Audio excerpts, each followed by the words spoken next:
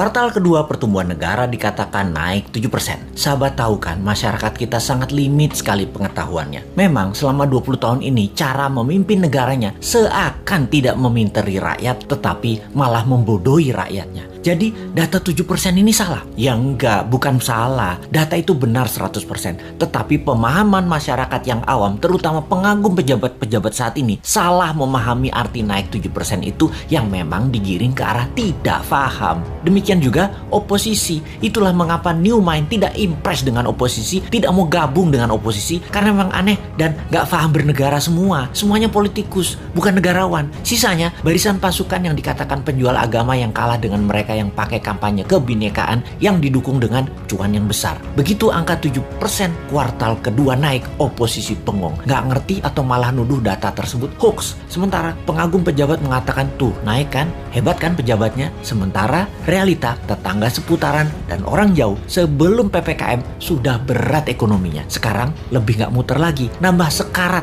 butuh oksigen. Kok gak ada yang naik? Begini melihatnya. Biar makin paham bahwa New Mind mencoba memberikan pemahaman cara cerdas bernegara. Naik 7% itu year on year. Paham? Nggak peduli. Kini kita ilustrasikan. Tahun lalu minusnya 1,9%. Tahun ini minusnya 1,7%. Naik dari minus 1,9% ke 1,7% itu naik sekian persen. Betul kan? Ya betul, naiknya begitu kira-kira. Bukan dari 1,9 minusnya total lompat plus 7%. Ya bukan begitu. Jadi data tidak salah. Cuman demi populerisme, kayak artis gitu deh, nggak boleh terlihat jelek, jadi diambillah mengemasnya dari sisi positif. Itu tidak salah. Yang salah adalah pemahaman banyak orang yang terus dipolitisasi. Mangkel deh 20 tahun ini nggak dewasa-dewasa juga bernegaranya. Lebih mangkel lagi, kenapa setiap masalah pejabat yang ditugaskan, dia lagi.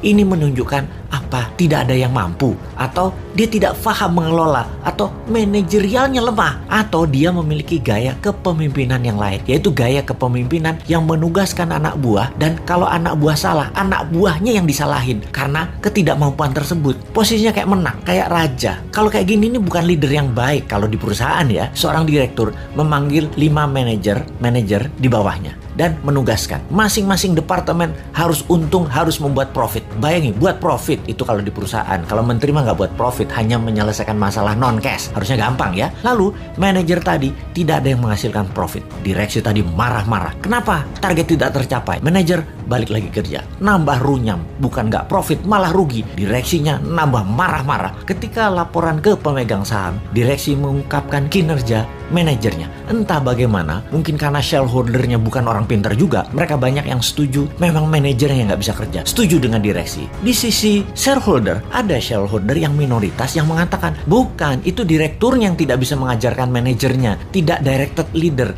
tidak berpengalaman bisnis multinasional, memang dia yang tidak mampu.